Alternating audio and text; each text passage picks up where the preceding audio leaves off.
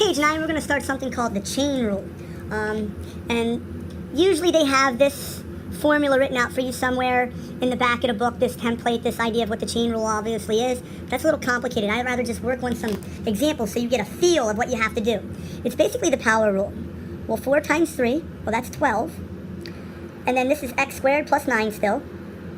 Don't forget you have to minus 1 to the third power. Now, the only thing different of the power rule is you have to now take the derivative of the guts of that expression. And so the derivative of x squared plus 9 is just 2x.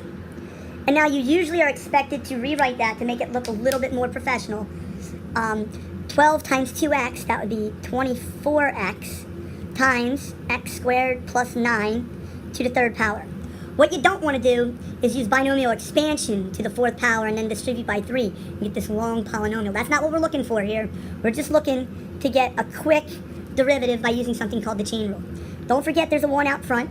So 5 times 1, that's going to give me 5 times 7x minus 3. Don't forget I have to subtract 1 from that to the fourth times the derivative of 7x minus 3, which is just times 7. So in the end, the derivative is going to equal 35 times 7x minus 3, that quantity to the fourth power. Hey, notice it's not sine squared outside. It's sine of x squared inside. So I want to take the derivative of sine, which is cosine. But now I have to take the derivative of the guts, which is 2x. Now, I'm not going to put it in the back. I'll put it out front so it looks better. And that's my derivative. That's my derivative. Now this one here we've already done. This is basically sine x times sine x. I could use product rule, or I can go ahead and use the chain rule. Sine x times sine x. Very different than sine x squared. This is sine x squared. I take that 2 and I multiply it by the front. So that's going to give me 2 times sine x.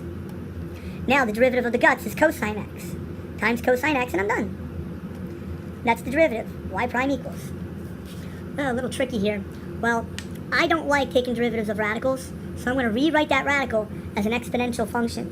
I want to write that as a rational exponent. There's a hidden little 2 in there, so it's going to be x squared minus 2 to the 1/2, because what's in the bucket goes on the bottom. Now I'm going to use the power rule and the chain rule to find the derivative of this. The 1/2 goes times the front, so that gives me 1/2 times x squared minus 2.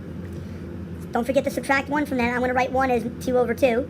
That gives me negative 1/2 times the derivative of the guts, which is 2x. Now this one I can simplify a lot further, okay? And I'm going to do that on a separate sheet of paper here. Basically 2x times 1/2 is just x. And this here, x squared minus 2 to the negative 1/2, that can be rewritten as x squared minus 2, and that can go downstairs to the positive 1/2. That can further be rewritten. And the final answer would be y prime equals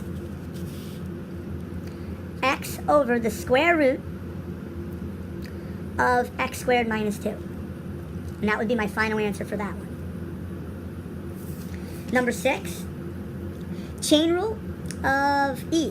Well, first thing I want to do is just write 5 times e to the 3x. Now I have to find the derivative of 3x and multiply it by the front. So the derivative of 3x is just 3.